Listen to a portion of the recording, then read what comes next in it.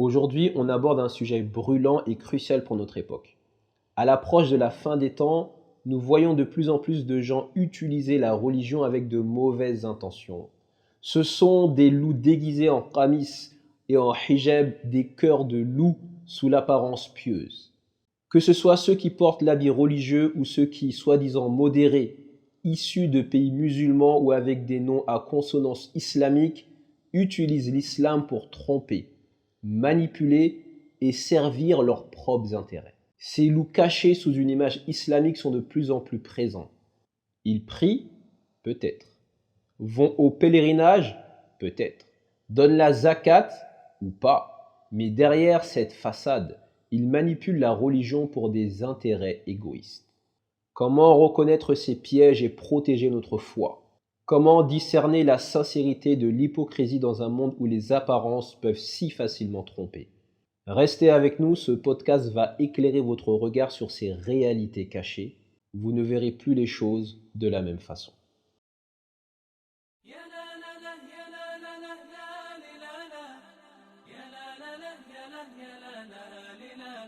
Le prophète sallallahu alayhi wa sallam dit يخرج في آخر الزمان رجال يختلون الدنيا بالدين.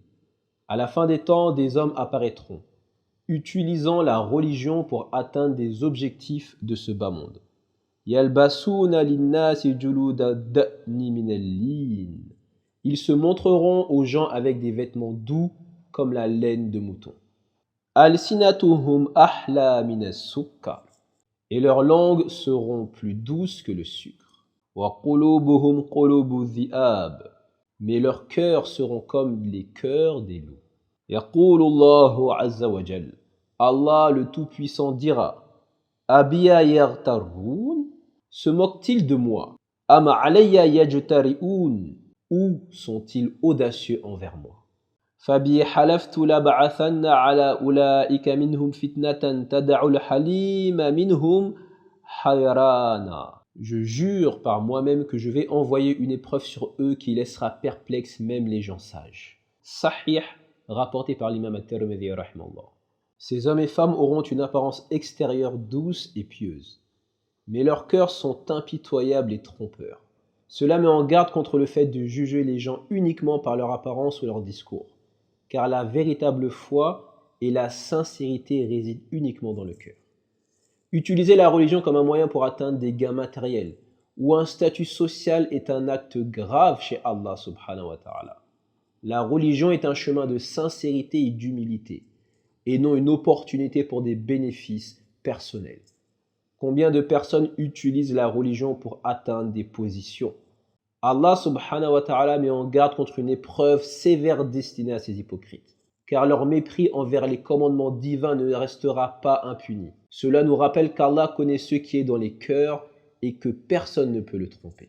Ces hommes et ces femmes, par leur arrogance et leur audace, pensent pouvoir tromper Allah ou utiliser sa religion à leur avantage. Cela montre que l'arrogance spirituelle est une des fautes les plus graves. Ce hadith nous enseigne de rester vigilants face aux personnes qui utilisent la religion comme un moyen de tromper ou de manipuler, tout en nous invitant à vérifier constamment nos propres intentions. Nous pouvons remarquer la colère d'Allah subhanahu wa ta'ala dans ce récit. Lorsque Allah subhanahu wa ta'ala, en parlant de ces personnes qui utilisent la religion à leurs fins personnelles, il dit: se moquent-ils de moi ou sont-ils audacieux envers moi?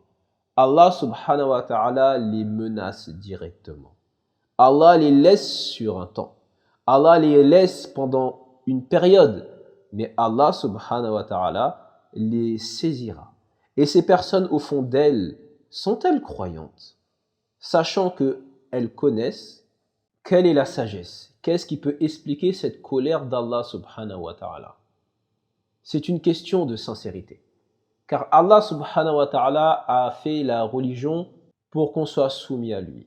Notre valeur chez Allah subhanahu wa ta'ala, c'est lorsque nous utilisons tout ce que nous possédons comme capacité mentale, intellectuelle, comme capacité physique, comme capacité d'intelligence, comme capacité matérielle et financière, toutes sortes de capacités, toute compétence. qu'Allah t'a donné. Allah veut que cela soit à son service et que tu l'utilises pour arriver à lui. Tu te sers des choses que tu possèdes, que Allah t'a données, qu'elles soient matérielles ou immatérielles, pour pouvoir le satisfaire, l'utiliser pour grandir son nom et sa religion. Mais qu'est-ce que ces gens ont fait? Ils ont, permettez-moi d'utiliser ce terme pour être clair, au lieu d'utiliser les choses qu'ils possèdent au service d'Allah, ils veulent utiliser Allah au service de leurs intérêts personnels. Si vous êtes choqué, je vais utiliser un autre terme. Ils veulent utiliser la religion d'Allah à leur service personnel. Et c'est cela qui entraîne une colère de la part d'Allah subhanahu wa ta'ala. Et c'est pour cela qu'Allah, il dit tout de suite, vous voyez quand quelqu'un prend quelque chose personnellement, qu'est-ce qu'Allah dit? Mais c'est de moi qu'il se moque? Subhanallah. C'est pas la raison pour laquelle Allah t'a créé. Allah nous a créés pour le servir et que nous utilisons ce qu'il nous a donné pour atteindre la demeure de l'au-delà. D'ailleurs, Allah dans le Coran il dit وَابْتَغِ فِي مَا آتَاكَ اللَّهُ دَارَ الْآخِرَةِ. Allah dans le sens du verset il dit et recherche la maison de l'au-delà avec ce que Allah t'a donné. Et ces personnes font totalement l'inverse. Elles recherchent ce dunya en utilisant Allah et si vous êtes choqué, en utilisant la religion d'Allah. Et cela provoque directement la colère d'Allah. Sallallahu alayhi wa sallam dit, ces gens-là arriveront vers la fin des temps.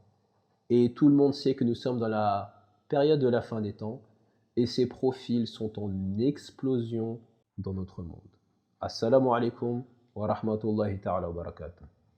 قل يا عبادي الذين أسرفوا على أنفسهم لا تقنطوا من رحمة الله إن الله يغفر الذنوب جميعا إنه هو الغفور الرحيم